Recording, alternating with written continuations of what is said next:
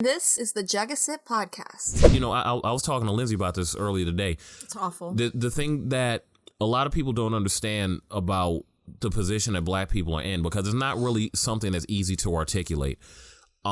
Because of America's relationship with black people, essentially what ended up happening is that black people became barred from industries.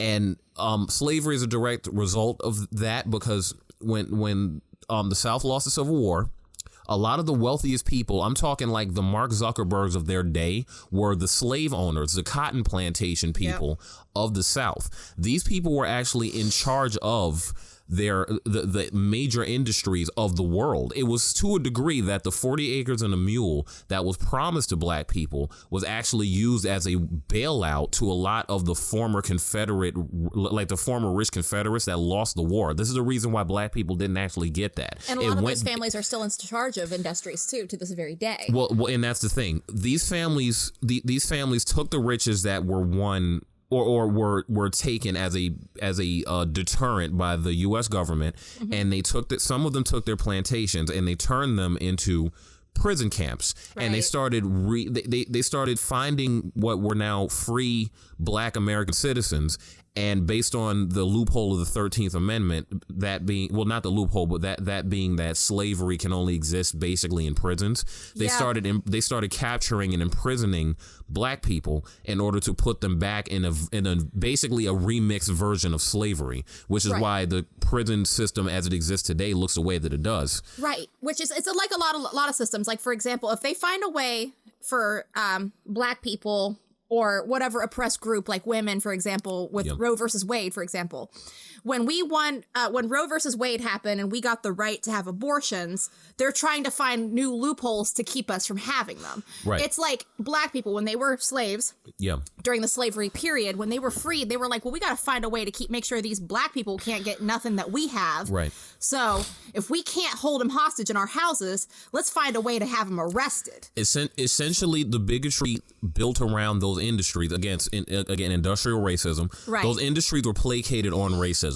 And because those industries controlled economics in such a broad way, those industries control culture. So the racism that came with those industries infected the culture, and that led to many of these very wealthy people who descended from white slave owners, or people who didn't, just people who weren't black, that they developed a negative association with black people as a result of the American culture. Right. And it created situations where if a black person was trying to be a decent citizen and try to get a job, usually they were barred or segregated. And in the most extreme and most horrific examples were examples where if black people tried to make their own businesses, they would either be white collar or crime forced out of it. They would be what black people refer to as red taped, where essentially bureaucratically forced out of their possessions through a series of backdoor politics that we couldn't possibly be a part of. They would find any way to fuck you guys as much as possible. Or what would end up happening is events like the Tulsa, Oklahoma bombings, where they would literally the Tulsa massacre. The Tulsa massacre, for those who don't know,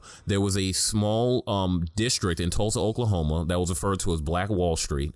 And it was many black-owned businesses, black-owned banks, and it was just a town. It was basically just a town that was a high population of black people, something like 95% black people. Just live safely. They were living safely as decent citizens.